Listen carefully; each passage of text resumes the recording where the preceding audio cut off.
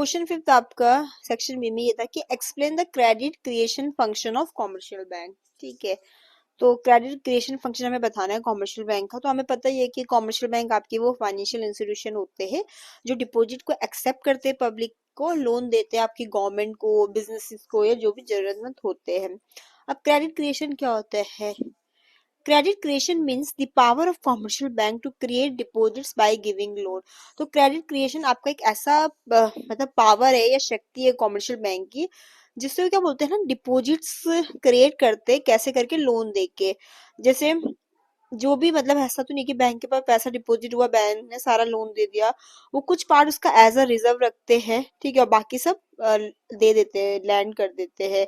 तो इस प्रोसेस से क्या होता है, वो मोर मनी क्रिएट कर देते हैं। जैसे समझ लो कि बैंक में डिपॉजिट, किसी बैंक में मान लिया हमने 1 लाख डिपॉजिट हुआ, तो वो मतलब क्या बोलते हैं, जो मनी वो क्रिएट करेंगे इससे, वो बाकी क्या हो जाएगा, वो उससे भी ज्यादा होगा। मान लो कि 3 लाख तक हो गया, तो वही आपका क्रेडिट क्रिएशन कहलाता है। तो हम कह सकते हैं क्रेडिट क्रिएशन का मतलब है कॉमर्शियल बैंक की आपकी वो शक्ति जिससे वो डिपॉजिट से ज्यादा पैसा बना देते हैं। मतलब जितना उनके पास डिपॉजिट हुआ उससे ज्यादा पैसा वो क्या बोलते हैं, मनी क्रिएट कर देते हैं। ठीक है, क्योंकि बैंक पूरा जो उनके पास ऐसा तो नहीं है कि पैसा जमा उसको रख लेंगे, थोड़ा रिजर्व रखेंगे, बाकी वो लोन के रूप में दे देते हैं, और इसी प्रोसेस से क्रेडिट क्रिएट होता रहता है। आप मीनिंग इतना नोट कर सकते हैं क्रेडिट क्रिएशन का। ठीक है, अब आके जाते हैं कि आखिर ये क्रेडिट क्रिएटेड होता कैसे है, हाउ क्रेडिट इज क्रिएटेड। अब कैसे होता है, कोई पर्सन है, उसने डिपॉजिट किया मनी बैंक में, तो उसमें से बैंक क्या करेगी, कुछ पार्ट वो एज अ कैश रिजर्व अपने पास रख लेगी। ठीक है, मतलब कैश रिजर्व उन्होंने रख लिया, रिमेनिंग अमाउंट को क्या करेगी, लोन के रूप में दे देगी। फिर क्या होगा कि जो उन्होंने लोन अमाउंट दिया है वो कोई फिर से बैंक में डिपॉजिट करेगा। तो ये प्रोसेस आपका ना, जो क्रेडिट क्रिए मतलब जो पहले जो हमने स्टेप पढ़े वो ऐसे ही फिर से चलता रहेगा। तो इसी से तो क्या होता है, आपका टोटल डिपॉजिट इंक्रीज हो जाएगा मैनी टाइम्स। ठीक है, ये आपको बेटर देखो कैसे समझ में आएगा, ये जो हमने स्टेप पढ़े यहाँ पर एग्जाम्पल से, ये आप लिख सकते हैं यहाँ पर। एग्जाम्पल से देखो बेटर आपको ऐसे समझ में आएगा कि मान लो कि बैंक जो भी उनके पास डिपॉजिट होता है उसका 20% वो रिजर्व रखती है। अब समझ लो कोई व्यक्ति गया, उसने बैंक के पास इनिशियली जो डिपॉजिट किया, जमा किया, वो समझ लो उसने 1,000 रुपए किए। तो हमने कहा कि बैंक क्या करेगी, 1,000 का 20% एज अ रिजर्व रख लेगी। तो बैंक क्या करेगी, 200 रुपये अपने पास एज अ रिजर्व रख देगी, और क्या करेगी, 1,000 में से 200 गया तो 800 रुपये बैंक करेगी, वो लोन की फॉर्म में लैंड कर सकती है। ठीक है, अब जिस व्यक्ति को दिया उसने, वो भी तो कहीं ना कहीं लगाएगा उसने, तो वो फिर 800 रुपये क्या होगा, डिपॉजिटेड हो गया बैंक में दोबारा से। फिर 800 का 20% यानी 160 बैंक क्या करेगी, रिजर्व के रूप में रखेगी, और बाकी 640 को क्या करेगी, लैंड करेगी, मतलब उधार पे देगी। तो ये आपका प्रोसेस क्या होगा, कंटिन्यू चलता रहेगा। तो बैंक क्रिएट करेगी credit much larger than the initial deposit. मतलब शुरू में तो 1,000 रुपये जमा हुआ था, लेकिन बैंक जो क्रिएट करती है क्रेडिट, वो काफी ज्यादा हो जाता है जितना जमा होता है शुरू में उससे। अब देख लेते हैं कि क्या आपके ऐसे फैक्टर्स होते हैं जो अफेक्ट करते हैं क्रेडिट क्रिएशन को। तो एक होता है आपका CRR, जिसको हम कहते हैं कैश रिजर्व रेशियो। अब जो ये कैश रिजर्व रेशियो हम पढ़ रहे हैं, ये होता क्या है, तो CRR वो होता है कि कुछ मिनिमम परसेंटेज होता है जो कॉमर्शियल बैंक क्या करती है, जैसे कॉमर्शियल बैंक में जितना भी टोटल डिपॉजिट हुआ उसका कुछ हिस्सा एज अ वो CRR मतलब कैश के रूप में सेंट्रल बैंक के पास रखती है। ठीक है, तो मतलब सिंपल में बैंक अपना पूरा पैसा लोन में नहीं देती, जो हिस्सा कुछ वो RBI के पास रखती है उसे CRR हम कहते हैं। अब ये इसलिए रखती है उस पैसे को उसके पास कि RBI कैसे यूज करता है उस CRR को, तो मनी सप्लाई को कंट्रोल करता है, इन्फ्लेशन को, बैंकिंग सिस्टम को सेफ बनाने के लिए, क्रेडिट क्रिएशन पे कंट्रोल रखना, तो ये सब कुछ है इसमें। सेकंड फैक्टर आपका है amount of initial deposit. Third, banking habits कैसी लोगों की, और डिमांड क्या है लोन्स की। ठीक है, इंपॉर्टेंस आपकी क्रेडिट क्रिएशन की ये है, पहला help in economic development, second increase investment, third supports the trade and industry, and fourth one is promotes employment.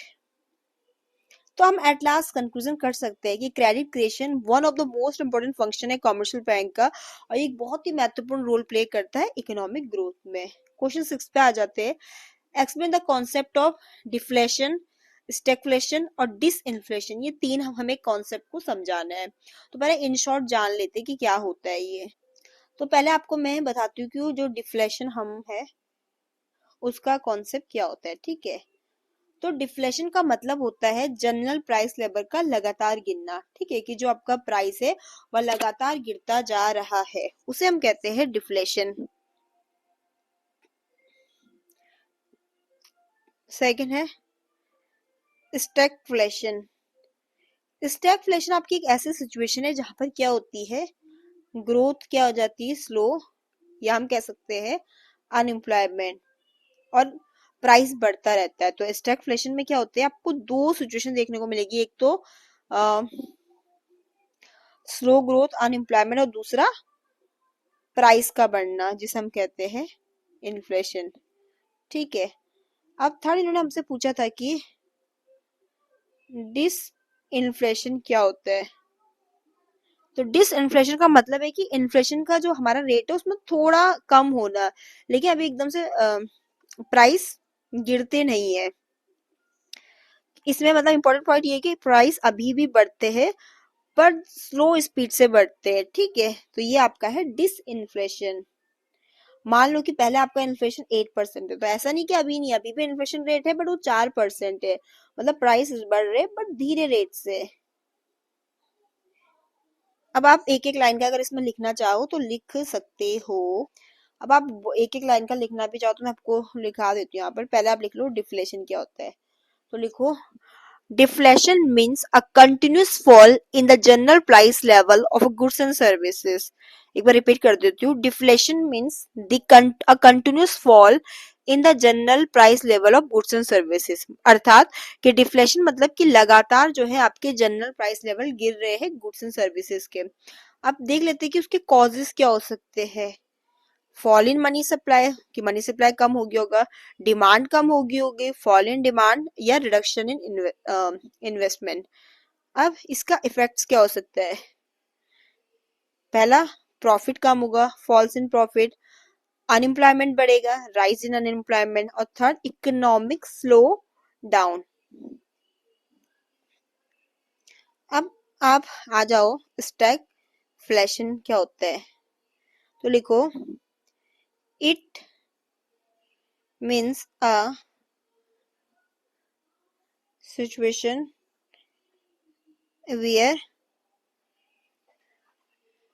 Stagnation और इन्फ्लेशन। तो यहाँ वह सिचुएशन होती है जहां पर आपको स्टैग्नेशन देखने को मिलेगा और इन्फ्लेशन भी। स्टैग्नेशन मीन स्लो ग्रोथ या अनएम्प्लॉयमेंट, और inflation mean rise in price. तो मतलब ये दोनों सिचुएशन साथ में, स्टैगफ्लेशन और इन्फ्लेशन अकर टुगेदर साथ में, ठीक है। फीचर्स आपको क्या देखने को मिलेंगे इस समय, हाई अनएम्प्लॉयमेंट, आपके प्राइजेस में राइज हो रहा है, लो इकोनॉमिक ग्रोथ। उदाहरण के लिए कि बहुत सारी कंट्री ने स्टैगफ्लेशन फेस किया था आपका 1970s में। अब थर्ड है डिस इन्फ्लेशन। तो इसमें आप लिखो it means a reduction in the rate of inflation, ठीक है। जैसे मैंने आपको ऊपर बताया कि इसका मतलब होता है इन्फ्लेशन के रेट में रिडक्शन होना, not a fall in prices, ठीक है। उदाहरण के लिए, एग्जाम्पल के लिए, इन्फ्लेशन रेट आपका फॉल हो गया 8% से 4% तक, लेकिन अभी भी क्या होंगे, प्राइस आपके स्टिल राइज होंगे बट एक स्लोअर रेट से। तो इसकी इंपॉर्टेंस ये है कि हेल्प करता है इकोनॉमिक स्टेबिलिटी में और कंट्रोल करता है, मतलब जो आपका अगर इन्फ्लेशन जैसे इस हिसाब से होगा ना कि स्लो रेट से बढ़ेगा, तो control inflation is good for growth. तो जो हमने ये डिफ्लेशन पढ़ा, स्टैगफ्लेशन या डिसइंफ्लेशन पढ़ा, यहाँ आपकी एक डिफरेंट इकोनॉमिक सिचुएशन होती है और ये हमारी इकोनॉमी को इफेक्ट करती है अलग अलग तरीके से। क्वेश्चन 7 आपका ये पूछा गया है, what are the selective credit control measures of the central bank, कि जो आपके सिलेक्टिव क्रेडिट कंट्रोल मेजर्स कौन कौन से होते हैं सेंट्रल बैंक के, वो हमें पूछा गया है। तो पहले हम मीनिंग जान लेते हैं सिलेक्टिव क्रेडिट कंट्रोल का। Selective credit control measures are used by the central bank to control the use and the direction of credit, not the total value of credit.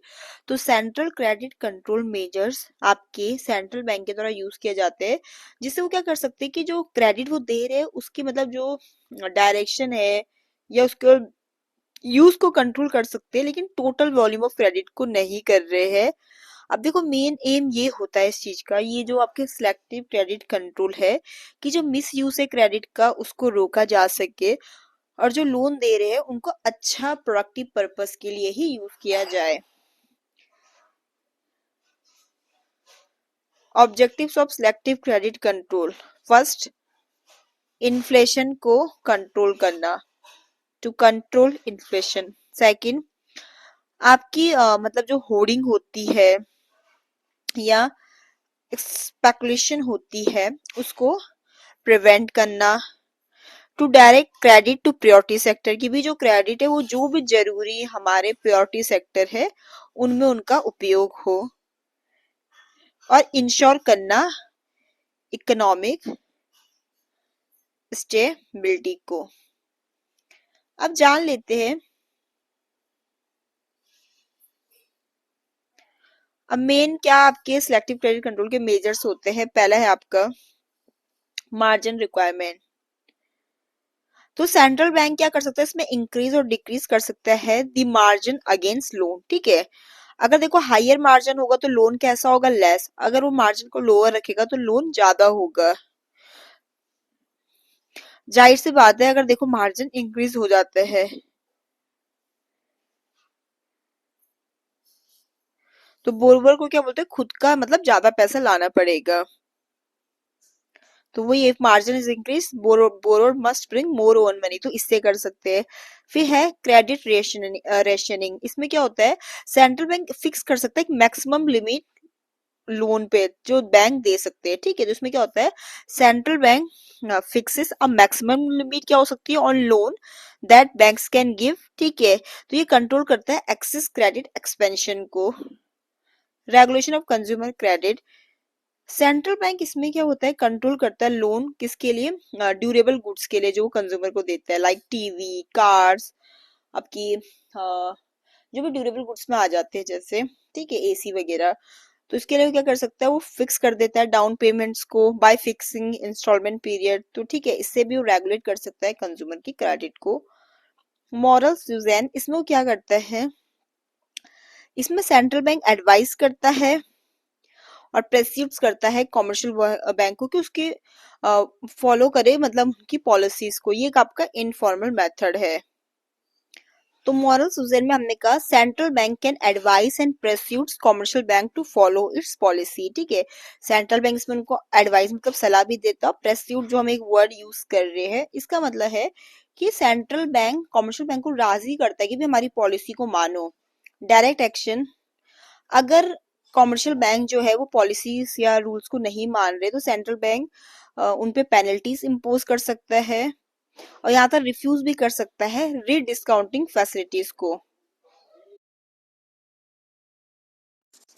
6 point आपका है पब्लिसिटी। तो इसमें क्या होता है, आरबीआई अपनी जो पॉलिसीज और वार्निंग है पब्लिक करता है, मतलब उसे पब्लिकली वो कर देता है कि भी हमारी ये पॉलिसी है ये वार्निंग है, ताकि बैंक्स और पब्लिक को पता चले कि किस टाइप का क्रेडिट एक तरीके से डिजायरेबल है और किस टाइप का नहीं है।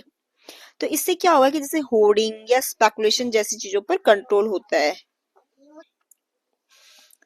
क्रेडिट ऑथराइजेशन स्कीम जिसको हम सीएस भी कहते हैं, इस स्कीम के अंडर बैंक को जैसे बड़े अमाउंट का लोन देने से पहले आरबीआई की परमिशन लेनी पड़ती है, स्पेशली अगर वो स्पेकुलेटिव सेक्टर्स के लिए है तो इससे क्या होगा कि जैसे अनवांटेड या रिस्की क्रेडिट पे एक तरीके से कंट्रोल हो जाता है।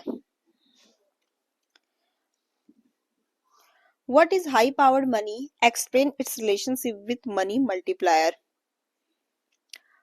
हाई पावर मनी जिसको हम बेस मनी भी कहते हैं, इसमें क्या क्या आता है देख लो। आपका जो करेंसी इशू की जाती है सेंट्रल बैंक के द्वारा, या cash reserve of commercial bank with the central bank, ठीक है। तो हाई पावर मनी आपका बेस मनी भी कहलाता है। इसमें करेंसी जो इश्यू की जाती है सेंट्रल बैंक की तरह वो आ जाती है, और जो आपका कैश रिजर्व होता है कमर्शियल बैंक का सेंट्रल बैंक के पास, वो इसमें आ जाता है। इसको हम हाई पावर इसलिए कह रहे हैं because it has power to create multiple times money in the economy, क्योंकि इस पैसे के पास वो पावर है कि मल्टीपल टाइम्स मनी को वो क्रिएट करते हैं हमारी इकोनॉमी में। अब आप देख लीजिए कि क्या क्या कंपोनेंट्स आते हैं हाई पावर्ड मनी में। Currency with public, cash with bank, reserves with central bank, ये इसके कंपोनेंट्स हो गए।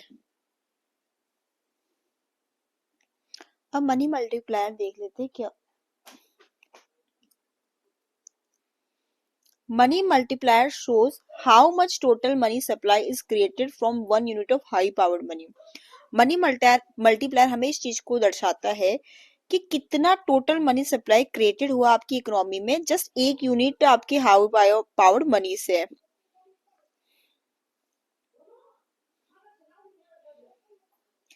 तो मनी सप्लाई का फॉर्मूला होता है आपका, ये मैंने इन शॉर्ट में लिखा है टाइम सेव करने के लिए, बट आप क्वेश्चन में जब एग्जाम में क्वेश्चन आएगा तो आप फुल फॉर्म ही लिखना, मतलब ठीक है।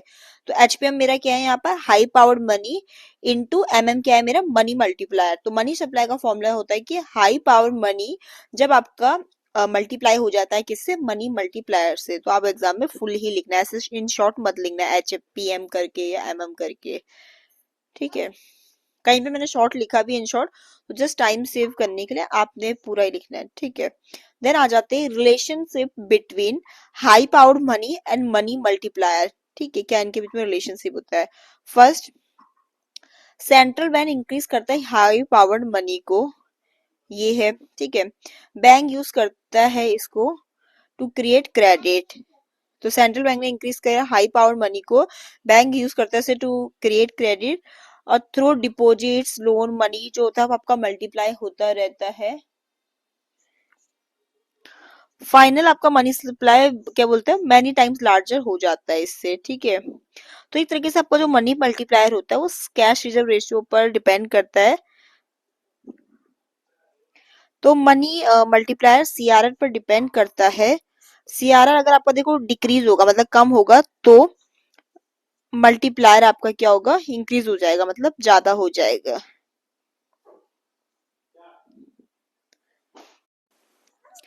तो इसलिए जो आपका हाई पावर्ड मनी होता है यानी एचएफएम मनी सप्लाई का बेस है।